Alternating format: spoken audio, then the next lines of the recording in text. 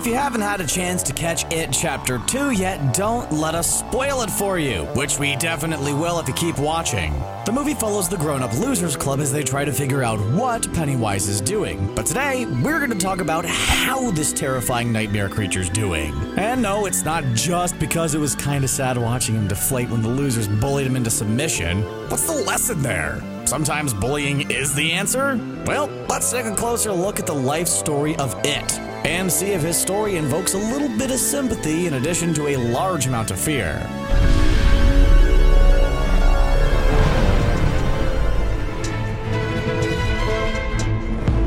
Even if you've never seen an It movie in theaters, read the book, or watched the 1990 miniseries, you probably know the secret of Pennywise. He's not really a clown. The point is, the creature most of us call Pennywise is really an ancient, unimaginable horror that hails from another dimension known as the Macroverse. The movie It Chapter 2 hinted at the past of Pennywise, but didn't get into much detail about the weird cosmology of it. In particular, one scene could have easily been confusing to fans, and that is the one where Beverly Marsh visits her old home when she's back in Derry. Instead of finding her horrible, abusive father, she finds a creepy old woman named Mrs. Kersh, who just so happens to be It in disguise. Honestly, it's hard to say which is worse. Her father was really awful. Anyway, Mrs. Kersh invites Bev inside, where she finds a photo featuring a man who looks suspiciously like Pennywise. Mrs. Kersh talks about her father being in the circus before turning into an awful CGI monster and chasing Bev around. Was Pennywise ever a real person? After all, we have seen him take the form of his victims before, most notably cute little Georgie Denbrough. Should we be feeling sympathy for whoever Pennywise was when they were a real person? Well, the short answer to those questions is no. Do not waste any tears on the human Pennywise or Mrs. Kersh, because these are simply illusions cast by It in order to frighten its prey.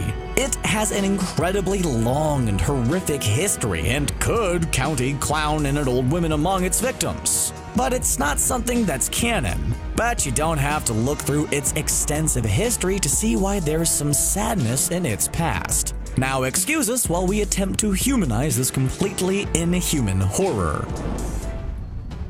It's easy to look at this creature and proclaim it to be evil, but is it really? Let's not forget that although it frequently takes humanoid forms, it's not a human, and thus we shouldn't hold it by human standards. It doesn't live off fear just because it's fun, although he does kind of look like he's having a great time. It's because it needs to feed on fear to survive. But in the first movie, It Chapter 1, it actually gets a taste of its own medicine when the kids come close to defeating it. According to actor Bill Skarsgard, it experienced a serious shock in the first movie when he experienced fear for the first time in his obscenely long life. Even though he had mastered causing fear, experiencing it himself was something else entirely. And it was a serious shock. Of course, instead of reconsidering his ways, he comes to despise the Losers Club even more for making him feel his own fear. Hey, we did say not to hold him to human standards. In the book, it even pleads for its own life when the losers overpower it.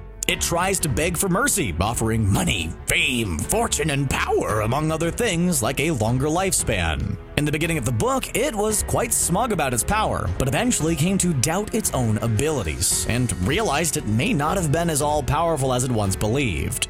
In fact, it's the animalistic nature of Pennywise which has always inspired Skarsgard in his portrayal of the character. Yes, just like most Stephen King fans, he's seen the 1990s miniseries, but says he never wanted to copy Tim Curry's portrayal of Pennywise. Not that it would be possible to recapture that magic anyway. Skarsgard also opted against trying to emulate Heath Ledger's portrayal of Gotham's favorite clown, the Joker from The Dark Knight. That is because Skarsgard understood that Pennywise the Dancing Clown is, well, so much more than just a dancing clown. Although he may look like one, he's a predator, and Skarsgard chose to let that inspire him. He found the habits of bears and hyenas particularly compelling, and used that to show the true nature of it. For It Chapter 2, Skarsgard was probably the only person thinking about how Pennywise was feeling.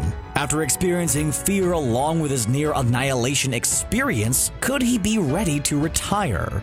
Skarsgard was intrigued by the idea that it could be ready to say goodbye and might actually want to get defeated. Of course, he's not going to just roll his terrifying spider form over and let the losers win, but there could be a part of him that's tired of the endless feeding and fighting and sleeping and waking cycle. Weakening the monster would just weaken the adult losers when the movie wanted to showcase their strength. Skarsgard described his relationship with them as masochistic, since he couldn't resist messing with them despite the threat that they posed to him.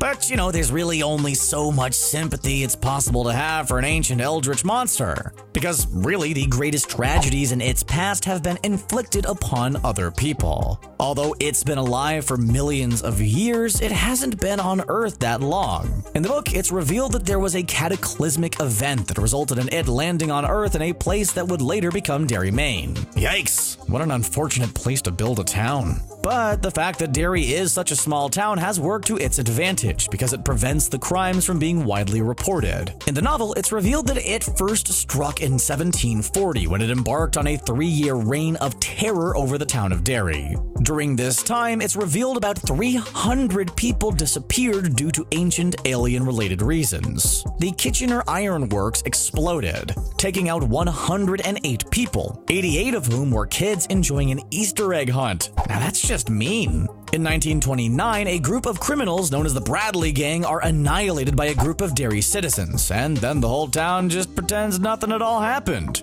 The following year, an event occurred which ties into 2 other popular works by Stephen King, The Shining and its sequel Dr. Sleep. A hate group burned down a nightclub known as the Black Spot. Dick Halloran from The Shining and Dr. Sleep managed to use his shine to save several clubgoers, including William Hanlon, the father of Losers Club member Mike Hanlon. Seriously, who's getting excited about the Dr. Sleep movie right about now? Now, It Chapter 1 takes place in the 1980s, but in the books, Georgie Denbrough is attacked in 1957. Considering all of the pain and mayhem it's caused over the years, it's really not surprising that it's pretty full of itself at this point. In fact, the only being it really considers an equal is the turtle Maturin, who is depicted as being just as powerful as it, but a whole lot more laid back. It describes Maturin as lazy, but we prefer to think of him as just a chill, giant ancient turtle. Seriously, where was Maturin during It Chapter 2? In the book, it tells Bill that Maturin lost his life choking on a galaxy, and during the ritual of Chud, Bill realizes it was telling the truth. Although the 2 creatures had an adversarial relationship, if Maturin perished after the events of It Chapter 1, it could further contribute to its growing sense of fear and dissatisfaction with life. It's hard enough for humans to make friends with one another, let alone, whatever it is. In the book, it is able to make a passable human, an ability that doesn't seem to have been translated to the big screen. It can't fool anyone for more than a very brief period of time, and can't even interact with a little kid without drooling all over itself. It might be good at terrorizing people, but it's not great at blending in.